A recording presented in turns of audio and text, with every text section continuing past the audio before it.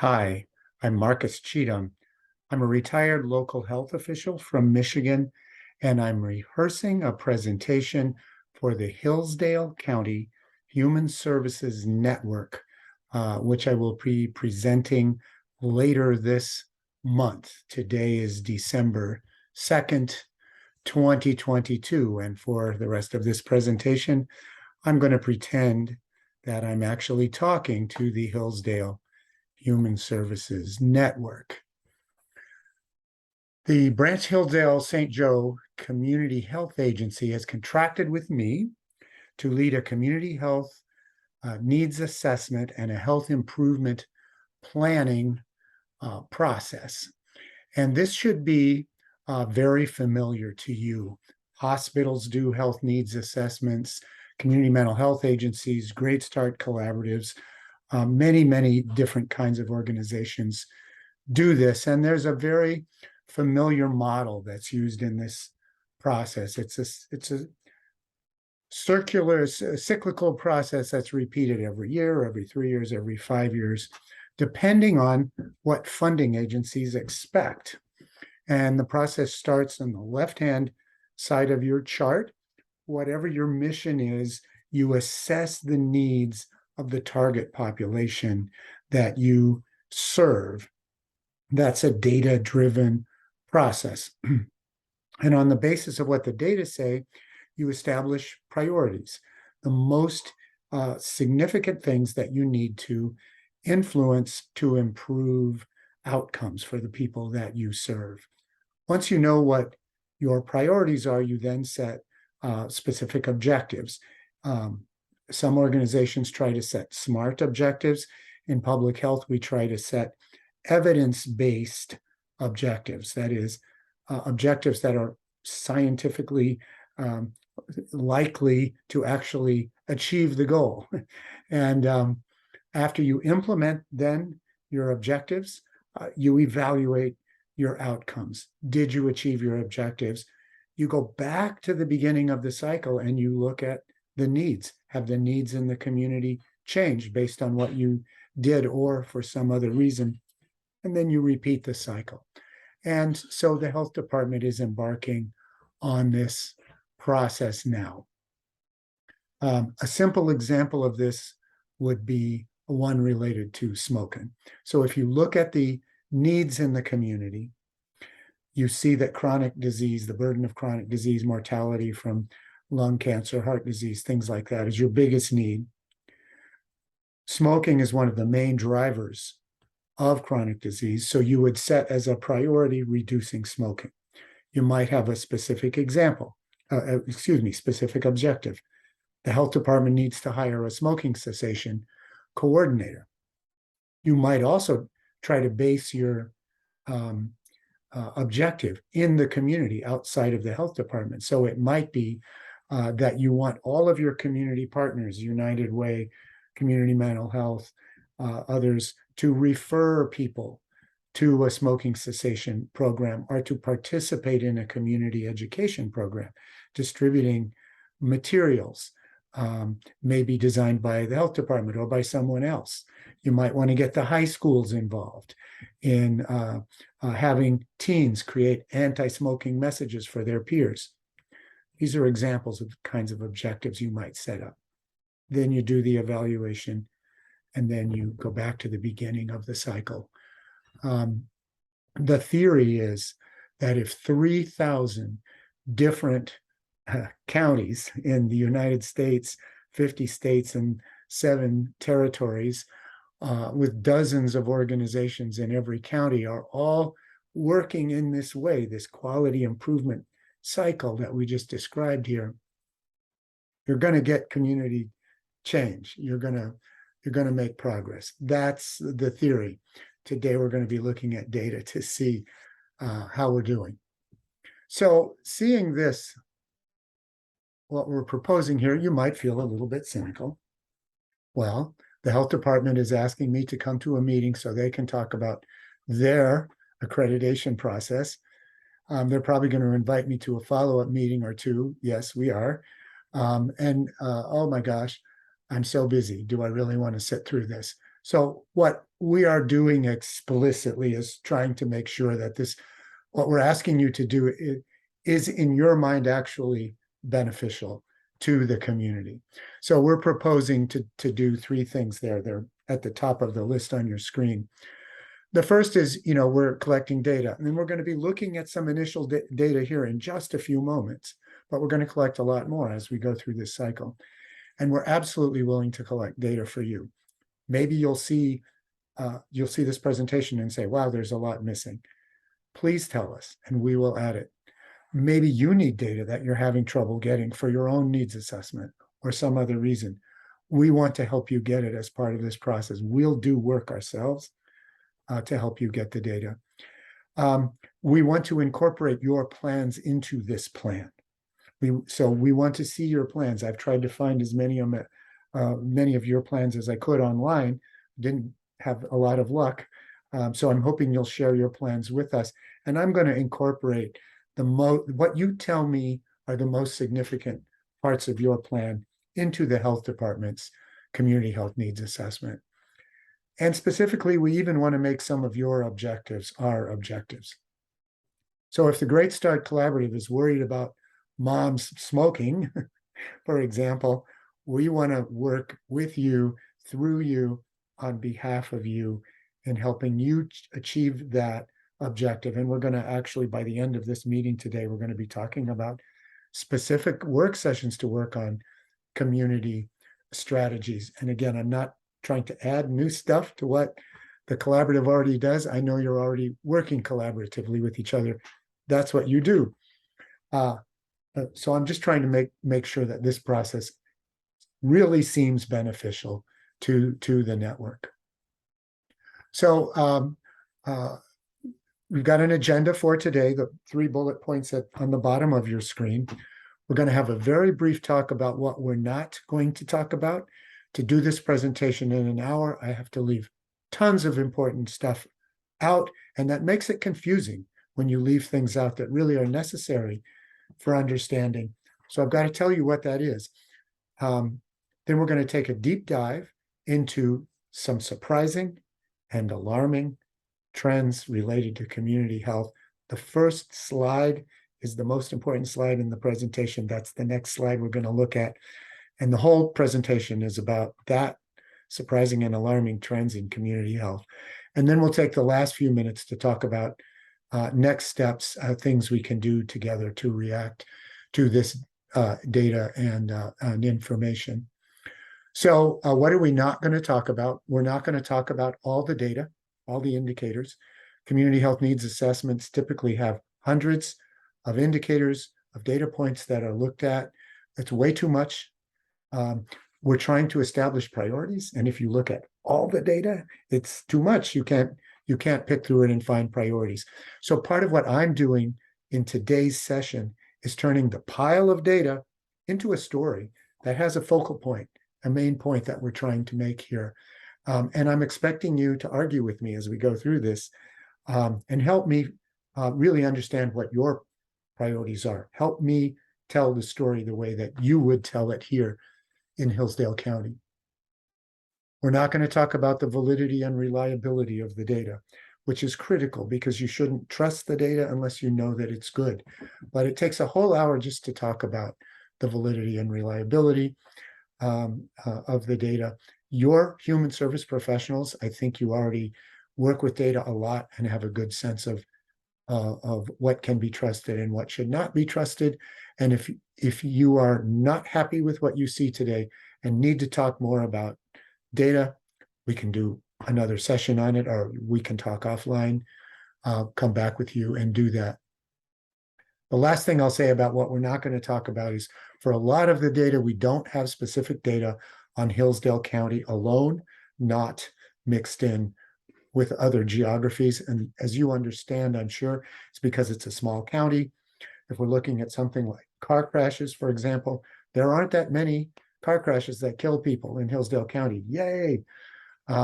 What it means is one car crash, more or less, can actually make apparently a big difference in mortality rates due to traffic accidents. So it makes the data very squirrely. So wherever necessary, we've we've pulled in data from surrounding areas to smooth out those trends and make it clear what is the story. um, and and then the other thing is the state and other agencies that make data available often suppress data when there's only a few cases, to protect the identities, the privacy and confidentiality of people who were impacted. And I learned during COVID that this is a very good thing to do. Because at the beginning of the pandemic, when we only had a few cases and we started publishing information about COVID in the community, people actually went out and figured out from what we published who had COVID and where they lived. They really invaded their privacy. I understand the fears that people had. They wanted to stay away from people who had COVID. They were, of course, in quarantine and couldn't affect anyone. And we kept telling people that, but folks would still go out and try to figure out who the person who had COVID was. So it is necessary to suppress data to protect privacy and confidentiality. So let's go to so any questions about this before we go on? Good. So let's go to our first slide. So I'm going to show you several slides like this as we go through this presentation. It's showing the time trend in total mortality. In other words, the overall death rate for the entire population. And this is for Branch Hillsdale and St. Joe pooled together. One of the things I want you to look at in every slide is the across the bottom, the years. This one goes all the way back to the 80s. That's important, and I'm going to explain why in just a minute. And then the scale up the side. So this is total mortality, so the numbers get big. They end up at total mortality rates close to 1,000. And as we move from cause of death to cause of death, the scale will keep changing. And you need to look at it to get a sense of whether it's a big deal or not such a big deal. So look at the time and look at the scale. So look at this line, total mortality rates. The population of Hillsdale County is flat, but the number of people dying per year is going down, down, down, down, down. And this is what American history was like for 200 years. Since the beginning of public health, health has been improving, downward trends until suddenly it's 2009. It was actually 2008, the beginning of the Great Recession. And suddenly things leveled off and actually started moving in the wrong direction. Now you've got two trends.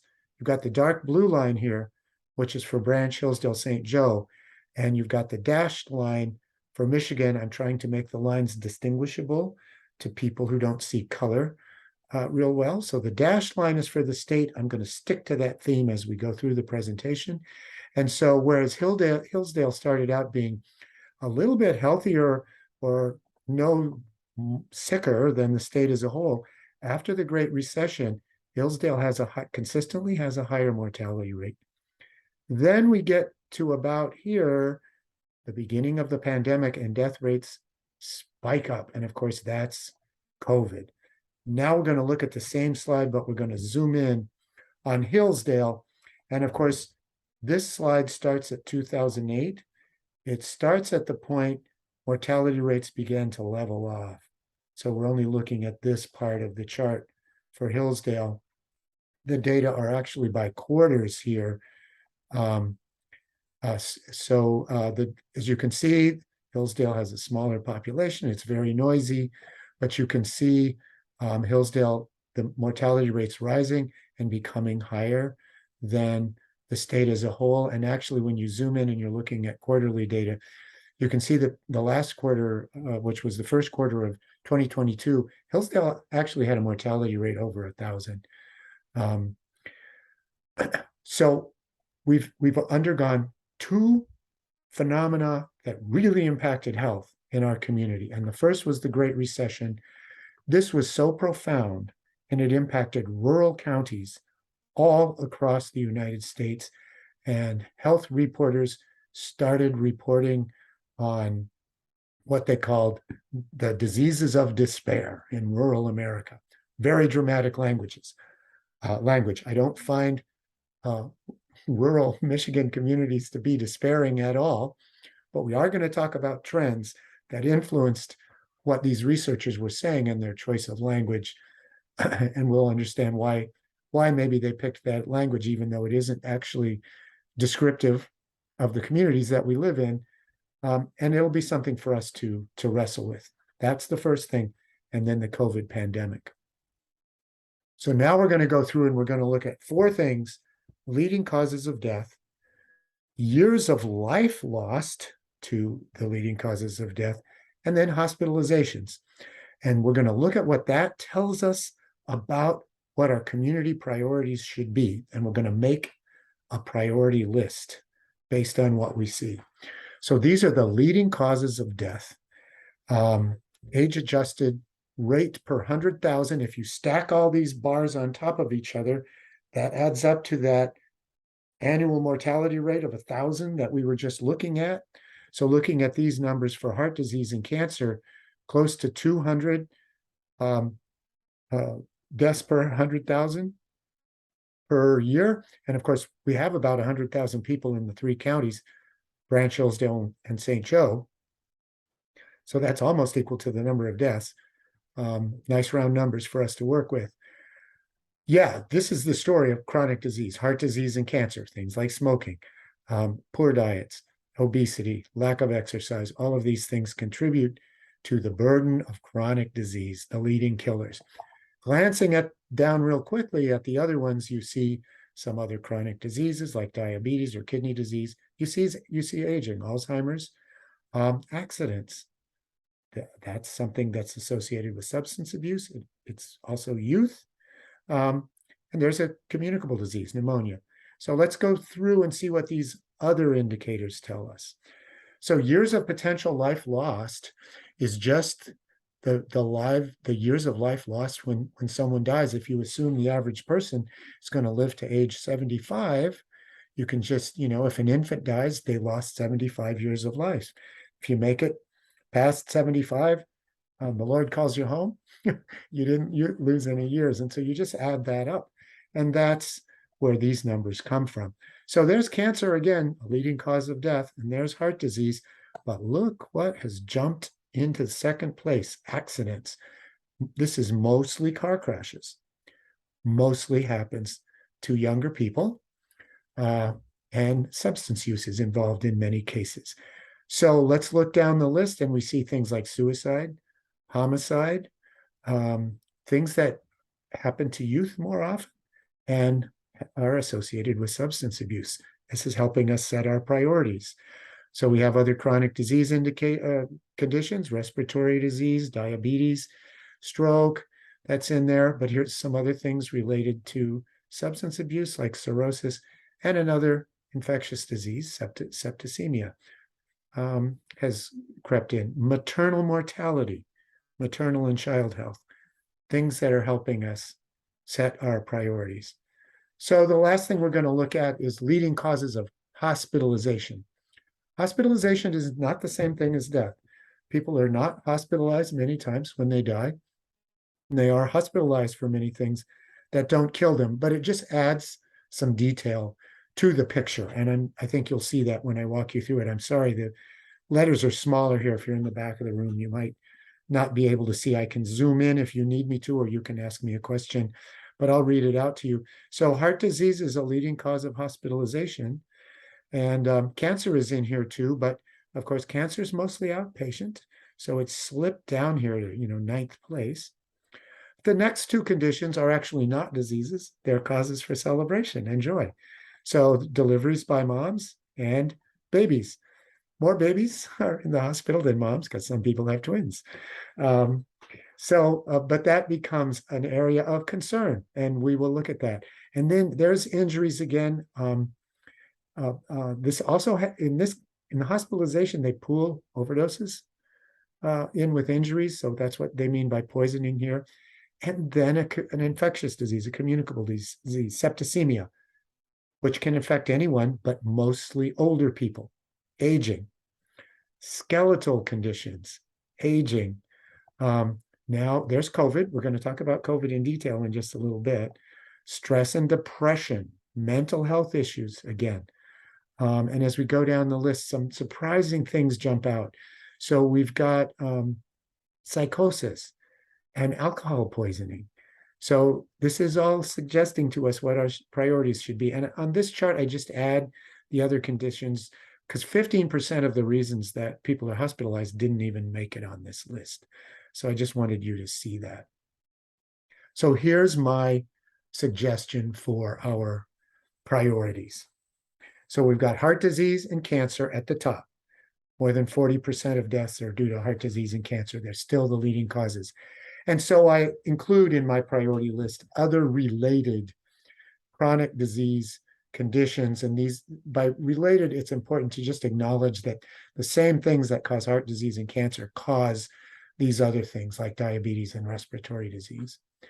So then I'm looking at the mental health and the risk factors of youth again. So let's talk about accidents. Let's talk about mental health, suicide, and homicide. And I'm including substance abuse in with mental health.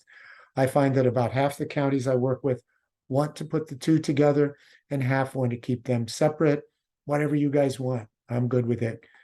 Just to keep the list short, I'm lumping them together. Here, we obviously need to talk about maternal and child health just because of how much we value the lives of infants. So if even one baby dies, that's one too many.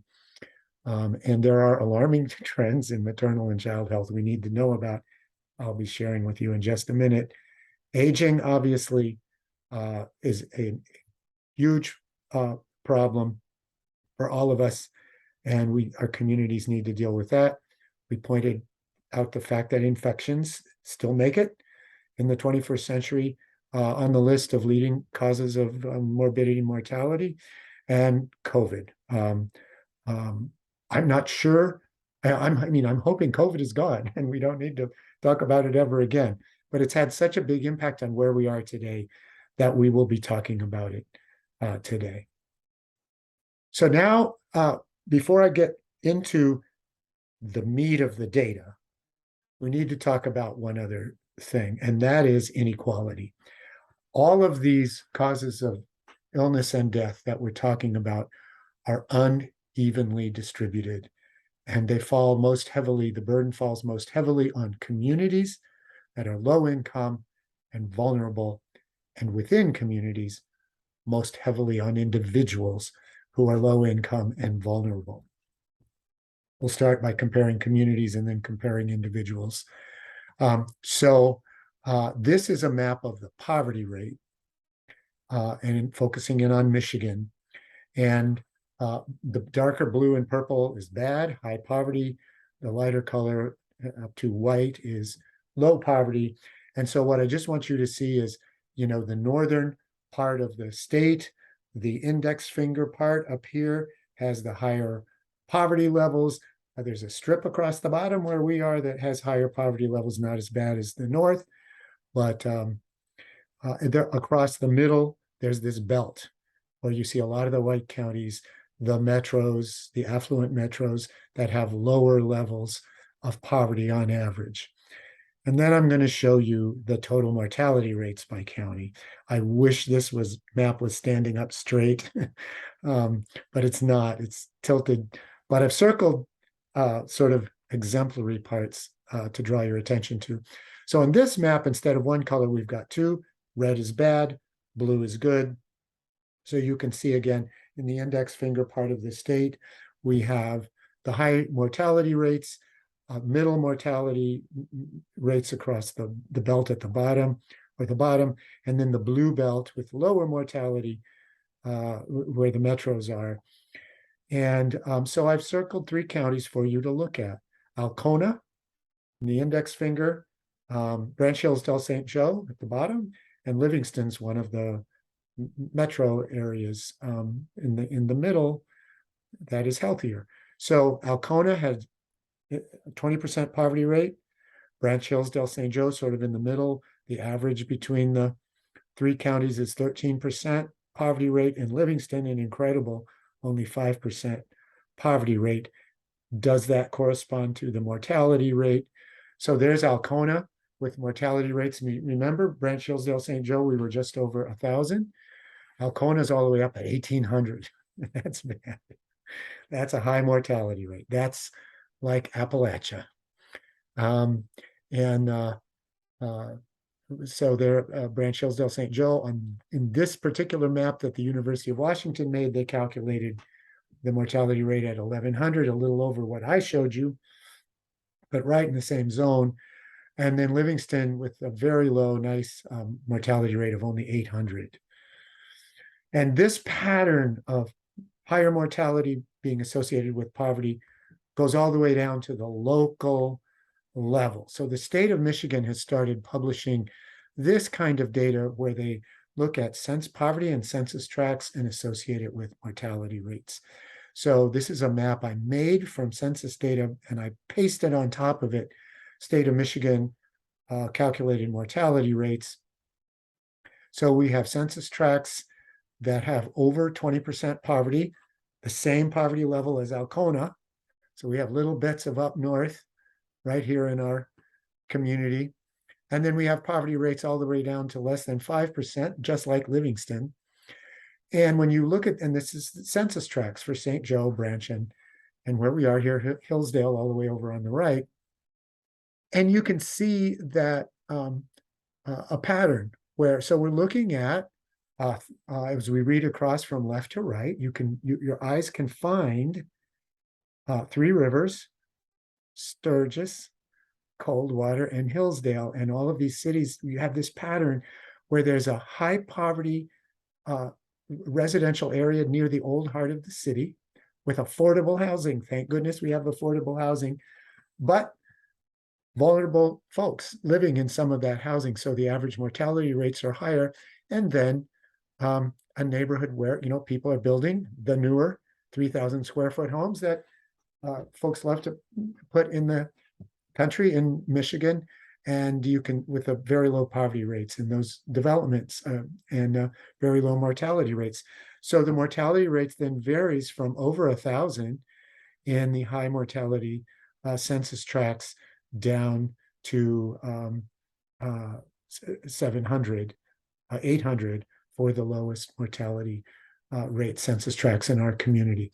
So at the local level, this just reflects the distribution of sickness and death that unequally that we saw in the state as a whole.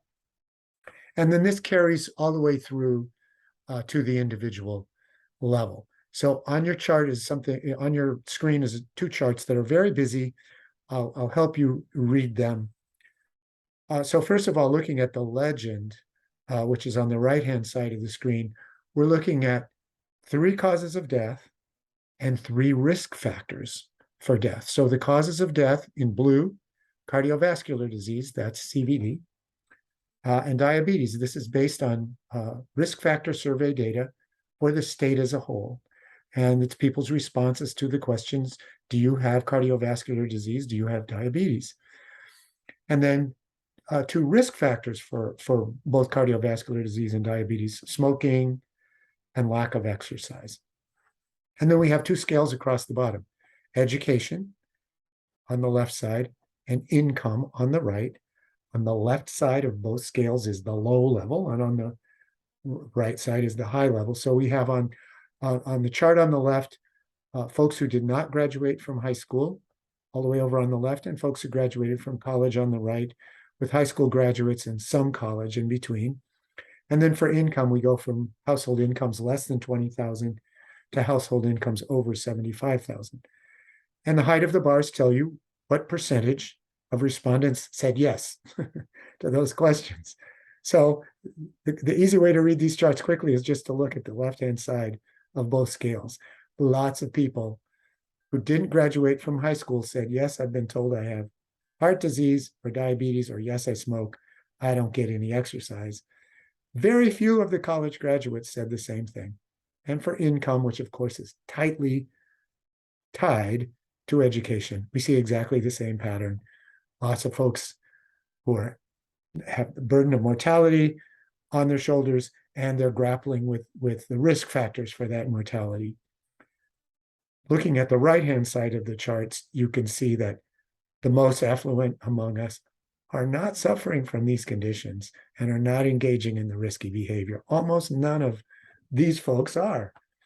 So health is not evenly distributed. We're going to look at a bunch of causes of illness and death in the next few minutes. And we don't have good data for Hillsdale County that really breaks it out in this way, where we can really see exactly who is suffering from this condition. So I want you to remember this slide so that you can remember when you look at these other things that I'm going to show you in a few minutes. It's not random. The burden is falling on the most vulnerable among us. Then the last thing I want to talk about is COVID. So there's a busy chart on your screen. So we have a bar chart showing things, excess mortality due to COVID that kind of splashes across the top of your screen here. I'll come back to that in just a moment. I want to look at the bar chart in the lower right-hand corner next. And it's for Michigan as a whole, not for Hillsdale County. And what it shows is the weekly death rates. These are teeny tiny bars of teeny tiny bar charts. It shows the weekly death rates for 2 years before COVID and then the 2 years of COVID. And so what you can see is before COVID, there was this nice wave, like, more people die in the winter. Yes, it's not your imagination. Why do people go south? It's actually worse in the winter. We have more deaths. Spring and summer are nicer times for health. But you see this nice wave. And this is what health in America was like since World War II. Every year, the gentle waves would rise and fall as we went through the annual year of health. And actually, health was improving. So the waves were going down, down, down over time. And then suddenly the storm breaks in the spring of 2020. And we have these 4 big breakers, big waves of COVID. And the weekly deaths were actually 40% higher than normal at the peaks of these COVID waves here. This was very extraordinary. Nothing like this had ever happened in my career in public health. And hopefully it goes away and will never happen again. And so what was killing people during these waves? Well, this is what the bar chart is showing you. So it was mostly COVID. The bar for COVID is so long, I actually had to break it off here. 40,000 people in total have died of COVID. But this is we're only looking at the excess mortality above the normal trend of the waves here.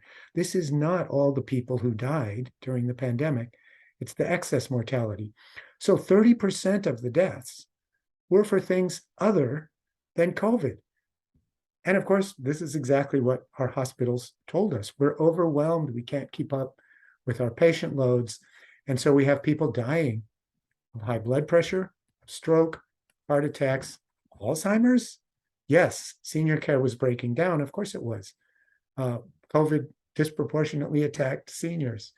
Cancer, it's an outpatient treatment, but people weren't getting their cancer meds or getting their diagnosis on time, etc.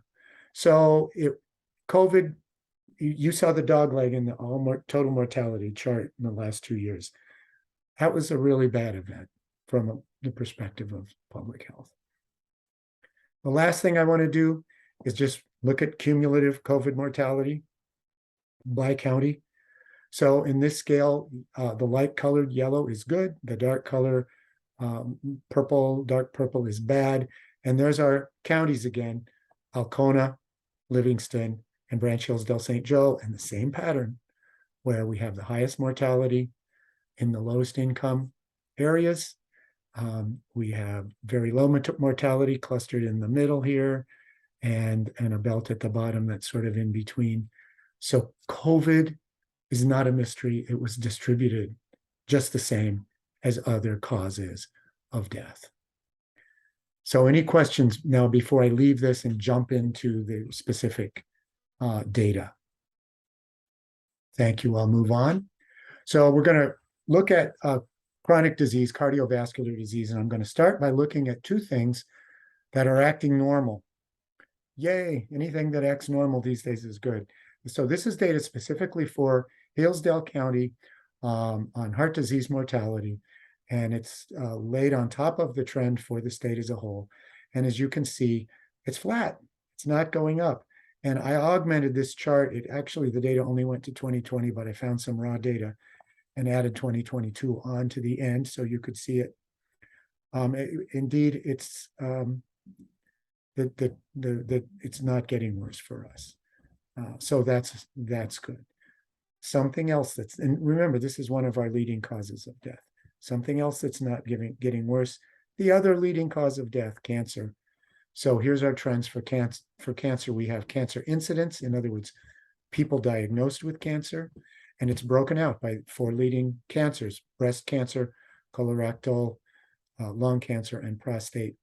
And then we have people who actually died of cancer. And so the cancer incidents do not appear to be going up. Yes, we have a lot of fears about cancer increasing because of pollution, and we should, but we don't see a cancer emergency right now in our 3 counties. Prostate cancer, what's this sudden blip in, remember the big push to get men tested for prostate cancer? That's what this is. We tested a lot of guys and we found a lot of cancers. On the other chart, you have the trends in mortality. And there's not a really strong signal in the data, but it looks like it might be getting better. You read contradictory things in the literature, but I do think there's a downward trend in cancer deaths because of improved treatments. In other words, we're not making ourselves safer from getting cancer, but we are spending a lot of money to keep ourselves alive once we do. And I do think that's happening. And prostate cancer, in the yellow here, once we realized we were finding all kinds of cancers, testing men for prostate, but it was worthless because we weren't actually saving lives. We stopped the testing, and we also changed the way we counted prostate cancer in men for a while. So that disappears. And when we come back, we're actually having fewer prostate deaths. And so the testing program didn't really help. Prostate cancer is unusual in that way. So for colorectal cancer, breast cancer, lung cancer, yes, get screened. It really saves lives. It was a mistake with prostate, and you're just seeing that in the data. So now we're going to look at some things where mortality is increasing, and particularly in rural areas. So here's a chart for Hillsdale, the age-adjusted diabetes rate. And then there's Michigan as a whole, and you can see this spike. COVID caused a spike in diabetes mortality because people need constant care once they have developed diabetes. And when the healthcare system breaks down, things go to heck. But for Hillsdale, you can actually see we had higher diabetes mortality rates than the state as a whole since the beginning of the Great Recession over here, 2008. I told you to remember that number. And rural communities historically have a harder time getting people connected to healthcare and higher rates of risky behavior. And so, yes, we have a higher rate of diabetes mortality, and it got worse during COVID. You know, this is frustrating being a public health official. I've devoted my career to stopping this from happening, and it's not stopping. So some other diseases, a chronic lung disease on the left, kidney disease on the right for the 3 counties pooled together. So you've got your trend for the state as a whole, and it looks flat for these 2 conditions. And then you look at Branch Hillsdale St. Joe, and it looks higher, and maybe like it's going up. You know, it would take a lot of research to confirm whether there's an increasing trend in these 3 counties. But if you look at the research on rural America as a whole, they say that there is a long, slow increase in both chronic lung disease and kidney disease in rural areas. It's not necessarily happening in urban areas. And so it's something for us to file away in the priority of chronic disease prevention for our areas. And then 2 other places where we have trends. I'm sorry I didn't do the Alzheimer's line for Michigan correctly, or well, it looks like it's correct in the legend, but the line didn't show up right. But you see a slow increase in Alzheimer's disease deaths. This is age adjusted. So the fact that the deaths are increasing, it's not only due to the aging of the population. They've tried to correct that statistically. So there's more going on with Alzheimer's than just that we're all getting older. Prevalence is actually increasing. So it may have to do with how diagnoses are written. I don't know. And I don't know how to explain this dip here. It's persistent over 4 years. That's very interesting. Up here, this dip is probably just a statistical fluke. There may have been something that happened here, which I can't explain in these 3 counties. And then we have sepsis deaths, which seem to be increasing. Well, it looks here like I have my coding reversed, Branch Hillsdale St. Joe below Michigan as a whole, but looks like it might be increasing. So here's unintentional injury deaths. Again, this is strictly for Hillsdale County, laid on top of the trend for Michigan. You can see for both, it's increasing. Man, this is hard to explain. Very unwelcome and hard to explain. You know, you prevent injuries by addressing substance abuse and making safer cars. And we've been working like heck to address substance abuse. Cars have not gotten more dangerous. Is it our roads? I don't know, but we really see a strong signal that we're having a problem in America, in Michigan, and in our local community with unintentional injuries. And so we're going to cycle back around and look at things that could be contributing to this. Another good candidate for a focus area. Okay, so let's get into what might be underlying some of these trends. Why are we not good at taking care of ourselves? And so let's start by talking about mental health. So in some of these slides, I'm going to do it this way. I'm going to have the trend. This is for Branch Hillsdale St. The line is blue. It's for the 3 counties, Branch Hillsdale St. Joe. And to keep the line simple and legible, on the right-hand side of the chart, I put bars for Michigan as a whole, the place in Michigan that had the highest rate and the place in Michigan that had the lowest rate. So we can compare ourselves to other places in the state. And this is based on survey data. So for some parts of Michigan, they're excluded, like we couldn't do a bar for them because there just wasn't enough survey data. I couldn't do Hillsdale County by itself because there just weren't enough surveys in Hillsdale. So I had to pull out Branch Hillsdale St. Joe for this. So this is adults who say their mental health is poor. The researchers don't agree whether there's an increase. You know, we start out at 10%, we end up over 15, but it's not clear that there's a strong trend. It looks like it could just be a random walk that happened to end on a high note. I don't know. Researchers disagree among themselves whether mental health for adults is actually getting worse. What we do know is that we ended up in Branch Hillsdale St. Joe above the state average, close to one of the Michigan communities, Monroe County, that had reported a higher level of poor mental health. So let's dive deeper and see what could be underlying this. Here's suicides.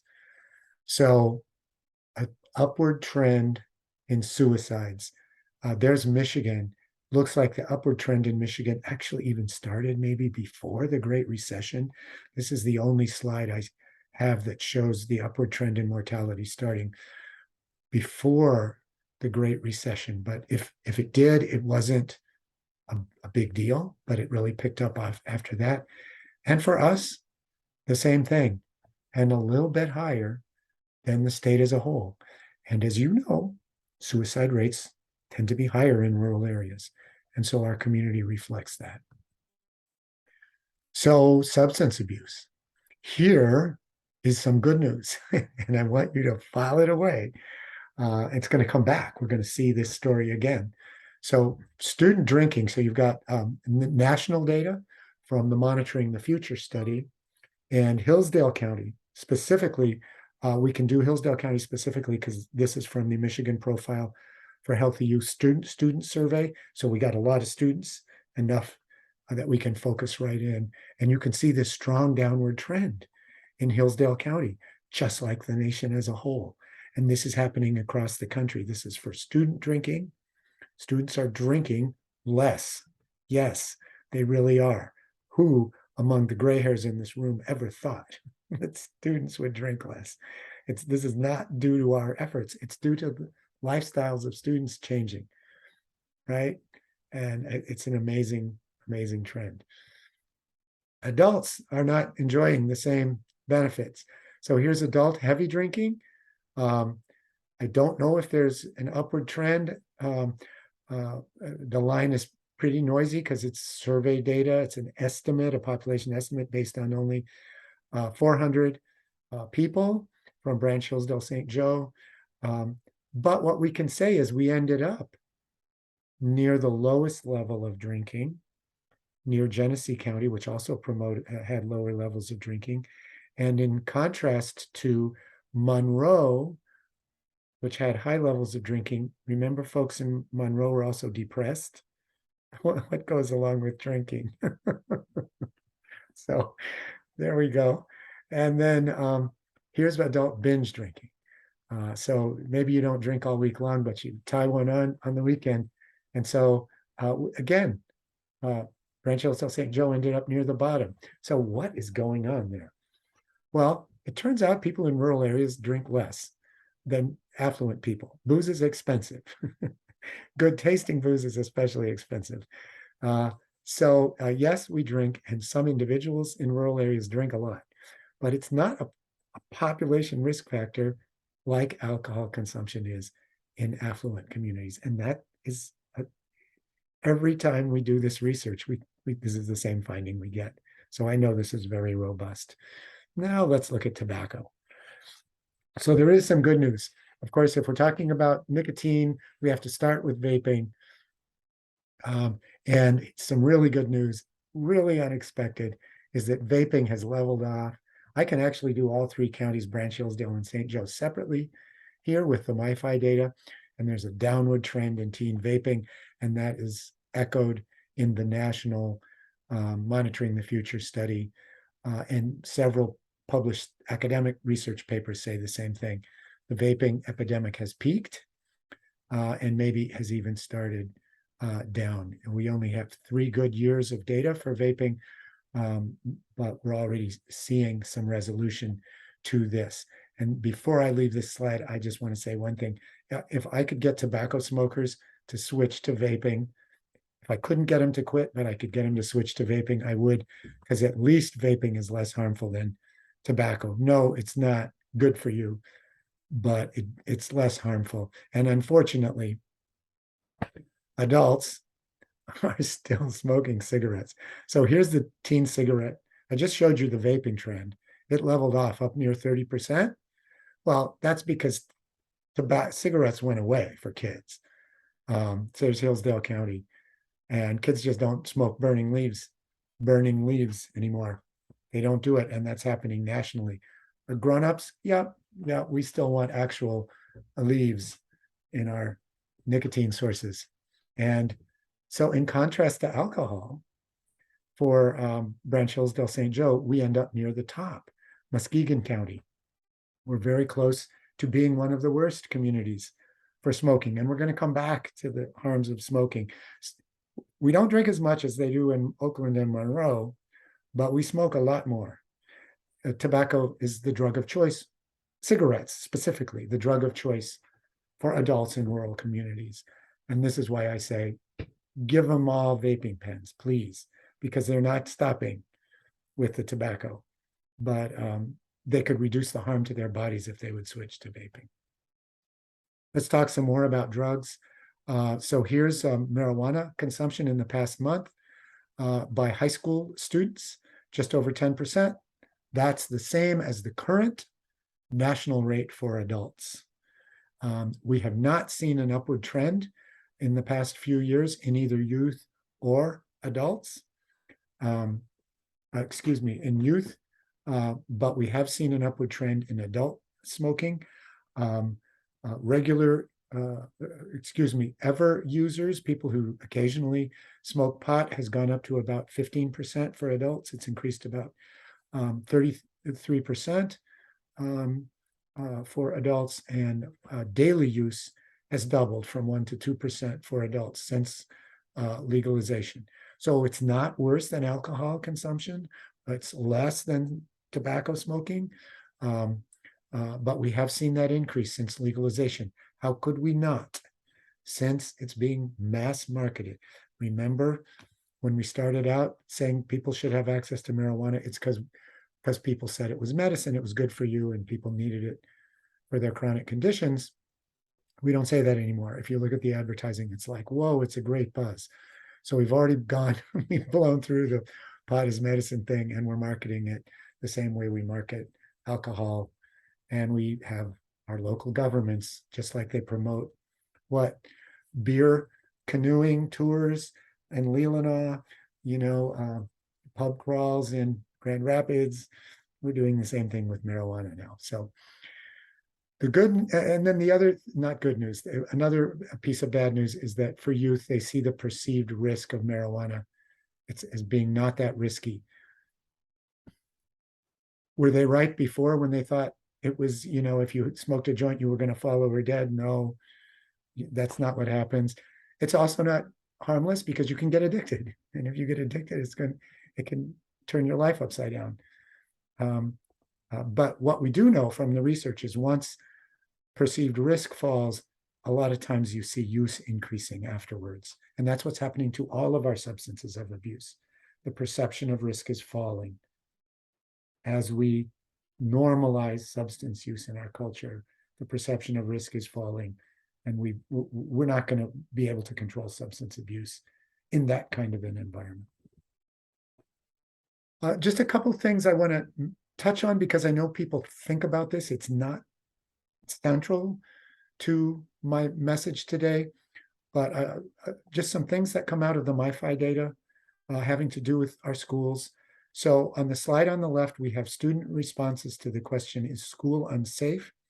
And do you have teacher support?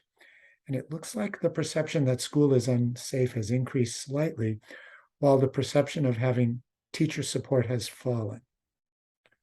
Why would that be happening? If teachers are feeling under attack and like they can't do their jobs, which a lot of people who are in the center of our culture wars feel these days, it might be disruptive to the students' sense of being part of a nurturing community. And the reason I bring this up is because a lot of our kids don't get a good start in life. They come from, can anybody say the word ACEs or trauma? They come from backgrounds that leave them in need of support. And one of the things research shows that can make up for and can build resilience in youth who've been victimized is the support of a teacher, specifically the support of a teacher. So that's why this trend is concerning to me. We need to rebuild that connection between teachers and their students. And then the other thing that's pause for thought is students aren't actually seeing school as a horrible place in the sense that the blue line on the chart on the right is students who actually witness bullying. Now, we've spent several years doing anti-bullying campaigns in all of our schools all over the state. It seems to have accomplished something. Students aren't seeing kids getting beat up in the halls as much as they used to. And this is before COVID. This is before online school. So that's good. But students are reporting more depression. So it's not the bullying that's causing the depression. I bring you back to the left side of the chart. What else could be going on? Maybe I don't have that connection to that teacher who used to inspire me that I used to. I don't know. I'm sharing. Drug overdose deaths. So we don't have accurate drug overdose counts that I'm comfortable publishing for Hillsdale County. There are counts like from EMS and things like that, but it's very noisy because it's a small community and it's not easy to draw out trends. So I'm sharing with you um, the trend for Michigan as a whole. And when you look at the state as a whole, you can see overdose deaths indeed soaring, more than doubling, um, you know, in the last few years. And the map on the right is treatment, people who are in treatment. And I just show you that map because it shows people are in treatment from all over the state. So when we talk about overdose deaths, we're not saying everybody's shooting up. They're not. Most people are still healthy. Most people are healthy. What you know, it's not like cancer and heart disease where most people get it. Most of us are not going to have a fentanyl overdose, but those who are impacted, those who are at risk, are experiencing an epidemic that deserves our attention. I'm just going to talk real briefly about three things: nutrition, exercise, and weight, that used to form the center of these presentations because we were struggling to reduce chronic disease. And the model for public health, what we thought public health was going to be doing forever, was working on battling chronic disease. And so the next three slides I'm going to show you used to be what we built the whole presentation around. And instead, that didn't work. And we had mortality increases instead of the decreases that we expected. But it's still important to look at these risk factors and notice that they haven't budged. So here's a slide with school nutrition. The measurement of the health of our diets has, in the past few years, broken down. We used to ask through survey data lots of detailed questions about what people ate. And increasingly, the researchers really questioned whether they were actually getting good, useful information from that, and whether they could really tell whether it was the potato chips or the Coke or what. That was the problem. They started deciding, no, they weren't getting useful information. So I'm not going to put up information that isn't useful. So this chart here is just mostly a placeholder just to show you that we're not eating healthy. So it's from MyFi and its students' answers to the question, are you, do you drink sugary pop, and did you not eat breakfast? And I think blue is supposed to be Branch Hillsdale St. Joe. I labeled it Michigan here. So with this test, I'm finding mistakes. So good. So let's look at the other two. So respondents who do not exercise, not clear whether there's an upward or downward trend. It's for Branch Hillsdale St. Joe. This is a survey of adults again, so only 400 respondents. It's a noisy line, but we end up near the top. People in rural areas are less likely to exercise than people in urban areas. So there's your Washtenaw County. I think they think they're in Maui. They're so fit. And then the proportion of the population that's obese. Yes, that did go up. A few years ago, I was saying we'd reached the top. We could not become more obese, but we did. And then I think I switched the bars here. But again, Branch Hillsdale St. Joe at the upper end of the scale for being overweight, as is true of rural areas in general. So going back to mortality, let's turn our attention to infant mortality. I'm showing you another bright spot, something good about our community. And it's quite profound, actually. So there's the trend in infant mortality going down. And for Branch Hillsdale St. Joe, trending down. We only have a few, is there a few hundred or a few dozen births a year in our community. So the line is very noisy.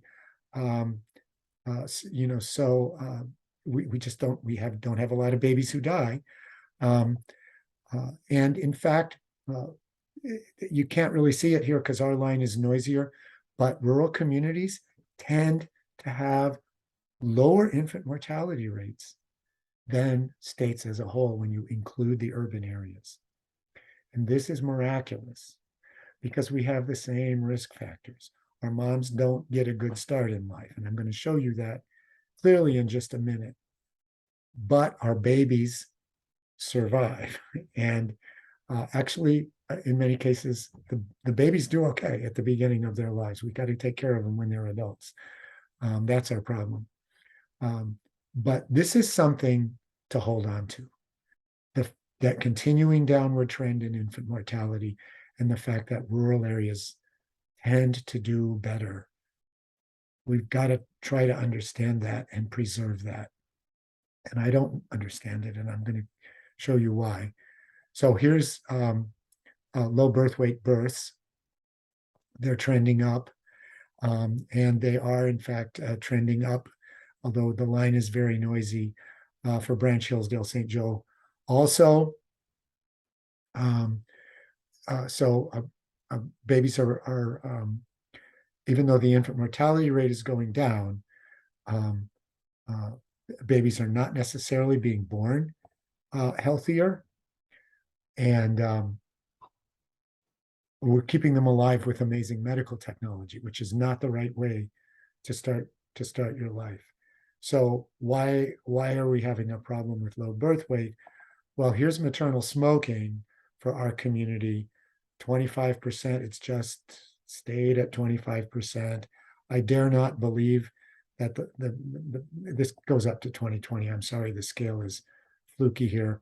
I dare not believe this because it happened here already. I really think we're not trending down in maternal smoking, and something that supports that is the trend in maternal diabetes and maternal high blood pressure, which is started going up with the beginning of the Great Recession, even before COVID.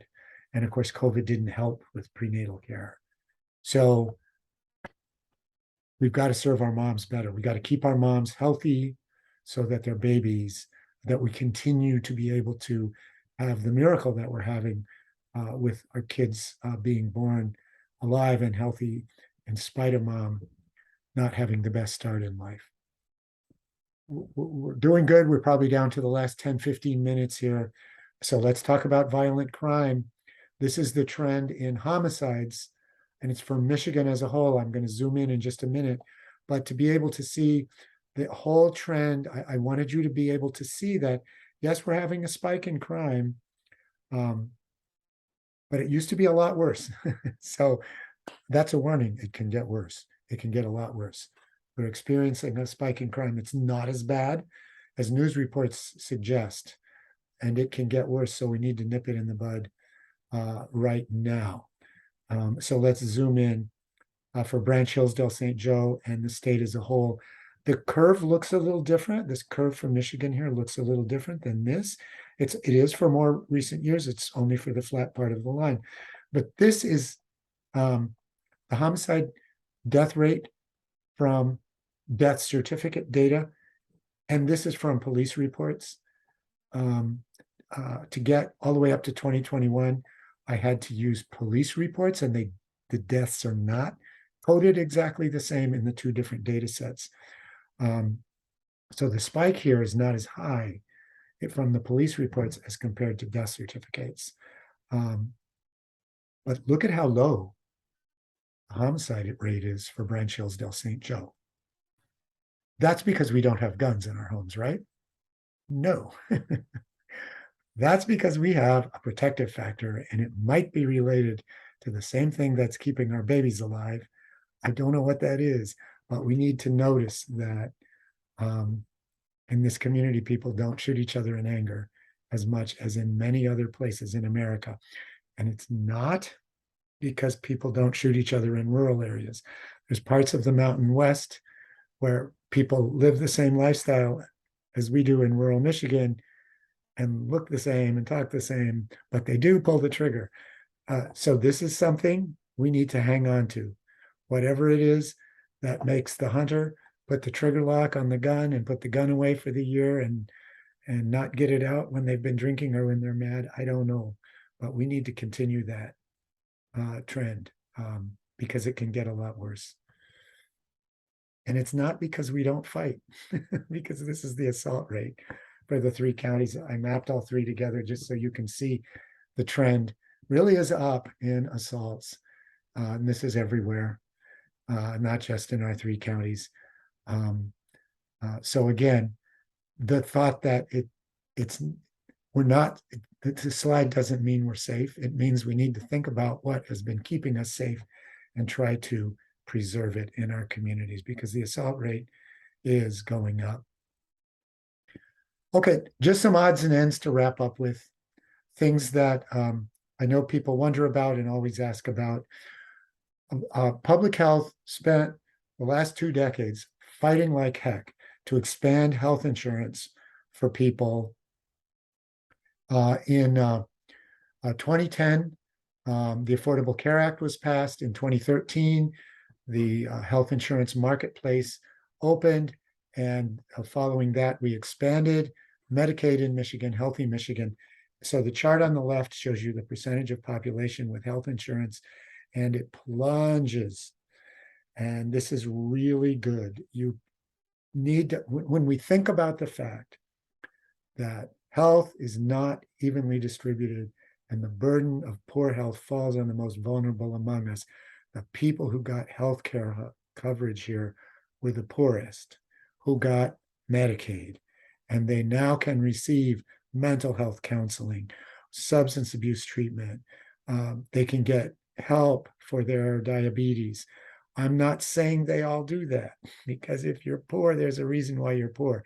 And sometimes using those services is hard for you to do, but it really was a necessary step in the right direction. And then the chart on the right just shows you the proportion of the population that has health insurance. And I'm just showing you that for Branch Hillsdale and St. Joe, we're near the Michigan average. This is based on asking adults if they have health care coverage rather than some other, I don't know how else they calculate it, because there's not a database of everybody in the world that tells whether they have health insurance or not. So Branch might not really have a worse rate of health insurance coverage than Hillsdale and St. Joe. I think we're all pretty close to the Michigan average. And of course, who has almost everyone on health insurance? Oakland, because they all got really good jobs. And Houghton, where you've got, why would Western UP be, I don't understand this, because the poor should have Medicaid. It may be because they've got jobs, but they're small businesses that don't have to provide employer-sponsored health care under the Affordable Care Act. And since they have jobs, they don't qualify for Medicaid. I don't know. And they might not be willing to go on the health insurance marketplace. They might feel that that's too expensive. So it could be like a market failure that's impacting communities like Western Michigan. Okay, so cancer screening. If we're not going to lead lifestyles that protect us from cancer, at the very least, we need to get screened. We don't have good data on trends in screening, because the criteria for what constitutes adequate screening keep getting updated as science comes up with better ways of screening, which is good, and we need to screen better, but it means our time series get broken up, and it's not easy to show what the real trends are. So all I'm really showing you here is that for all of our communities, they're all clustered around a 70% screening rate for breast cancer, which is good, but needs to be higher, and an 80% screening rate for, I can't see that on my chart. I think that's colorectal cancer screening. So I don't have good data to share with you on screening, and I don't have a good suggestion for how to get low-income vulnerable people into screening, but it's something we need to think about. It's something we need to do.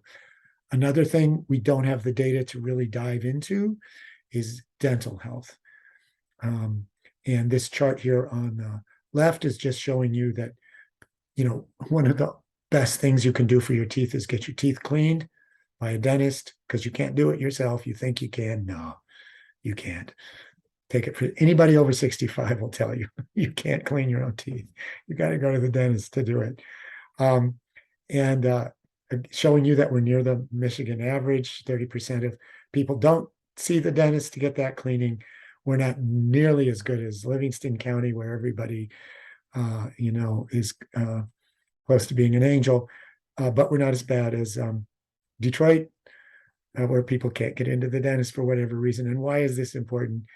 It's because periodontal disease is which is what you end up with, exacerbates your chronic conditions, your cancers and your heart disease and stuff like that, your diabetes. It makes it worse. And what's killing us? The chronic disease. And 25% of us have advanced periodontal disease. So this is really important. We need to figure out how to support our dentists. Something to wrap up with, we've got to talk about communicable disease. I'm not going to talk about COVID here, though. But in a time of vaccination fears, the chart on the left is showing you that the immunization coverage rate for kids has declined. That's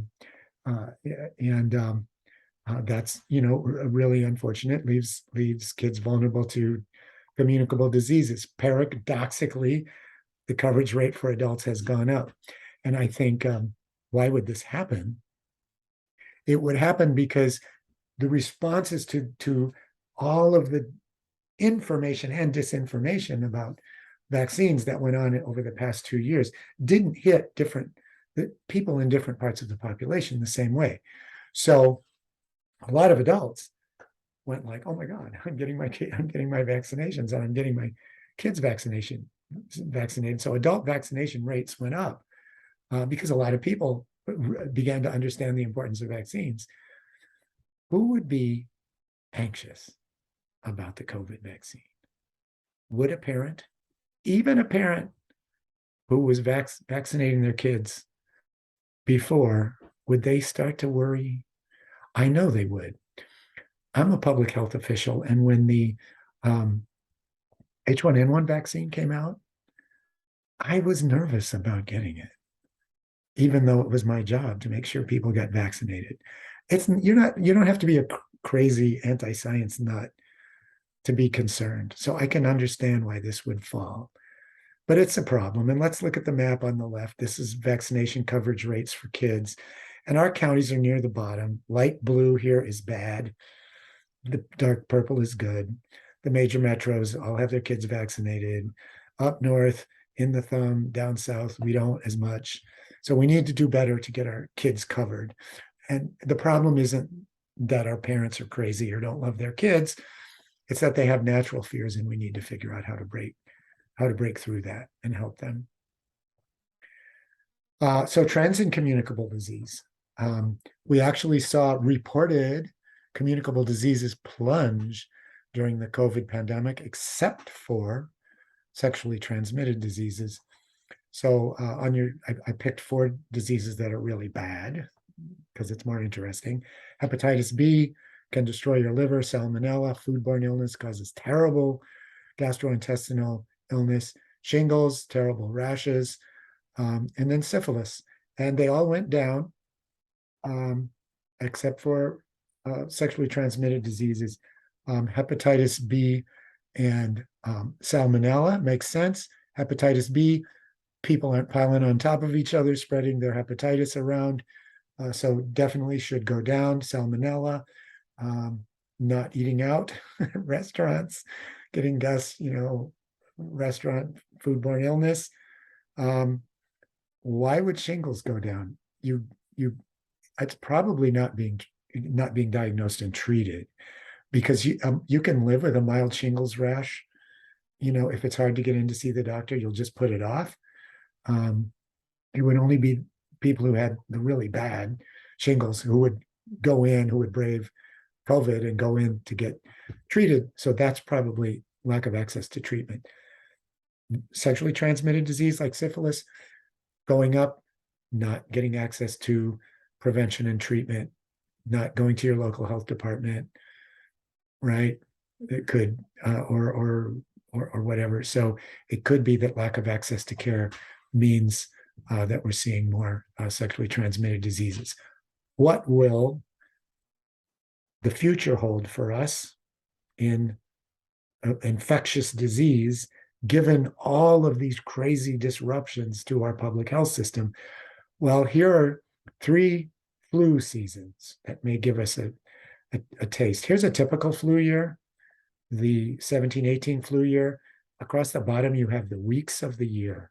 So New Year's is right here, right after the 52nd week of the year.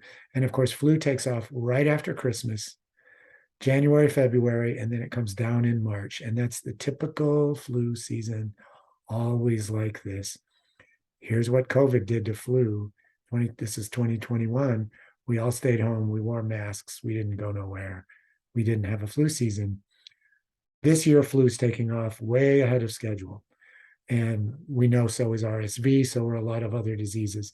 So we may be going to see these communicable diseases, which went down, kicking back in the next couple of years. So it's important to talk about vaccines, because it's the only, if we're going to all go back to normal in terms of the way we're acting, we need to be vaccinated.